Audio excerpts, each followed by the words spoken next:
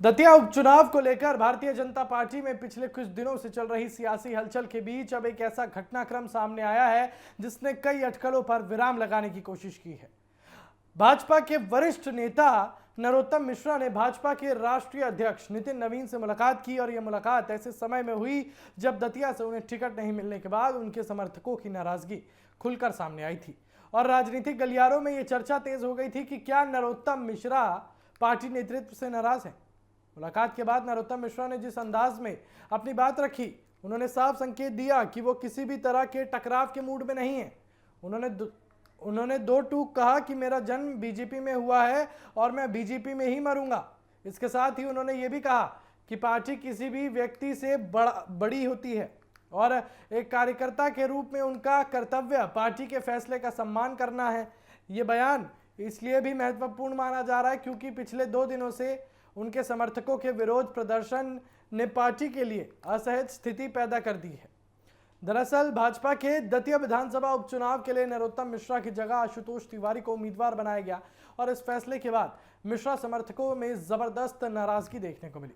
कई जगह प्रदर्शन हुए, राष्ट्रीय राजमार्ग पर जाम लगाया गया और पुलिस को हालात संभालने के लिए भी कार्रवाई करनी पड़ी। और इतना ही नहीं, स्थानीय संगठन में भी असंतोष की खबरें सामने आई और इस पूरे घटनाक्रम ने यह सवाल खड़ा कर दिया था कि क्या बीजेपी के भीतर सब कुछ सामान्य है।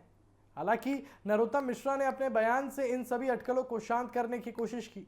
उन्होंने कहा कि उन्हें किसी तरह का कोई आश्वासन नहीं दिया गया है और ना ही उन्होंने कोई आश्वासन मांगा है।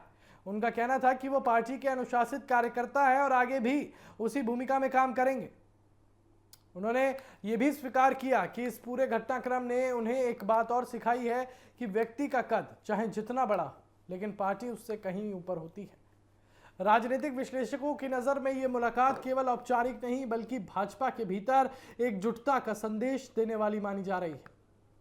उपचुनाव से ठीक पहले पार्टी किसी भी तरह की अंदरूनी कलह का संदेश जनता तक नहीं पहुंचाना चाहती।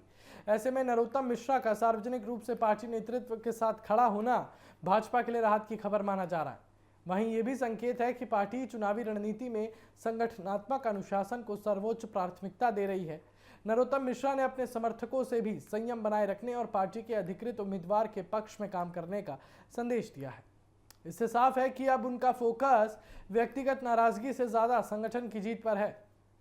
भाजपा नेतृत्व भी यही चाहता है कि दतिया उपचुनाव में टिकट विवाद चुनावी मुद्दा ना बने और पूरा संगठन एकजुट होकर मैदान में उतरे। अब सबसे बड़ा सवाल यही है कि क्या नरोत्तम मिश्रा की अपील के बाद उनके समर्थकों की नाराजगी पूरी तरह खत्म हो जाएगी। क्या दतिया में भाजपा एकजुट होकर चुनाव लड़ेगी या टिकट विवाद का असर मतदान तक दिखाई देगा। फिलहाल इतना जरूर तय है कि नरोत्तम मिश्रा ने अपने बयान से संदेश देने की पूरी कोशिश की है कि उनके लिए व्यक्तिगत महत्वाकांक्षा से पहले पार्टी सर्वोपरि है, लेकिन चुनावी राजनीति में अंतिम फैसला जनता करती है और दतिया का ये उपचुनाव अब केवल एक सीट का चुनाव नहीं बल्कि भाजपा की संगठनात्मक मजबूती की भी बड़ी परीक्षा माना जा रहा है।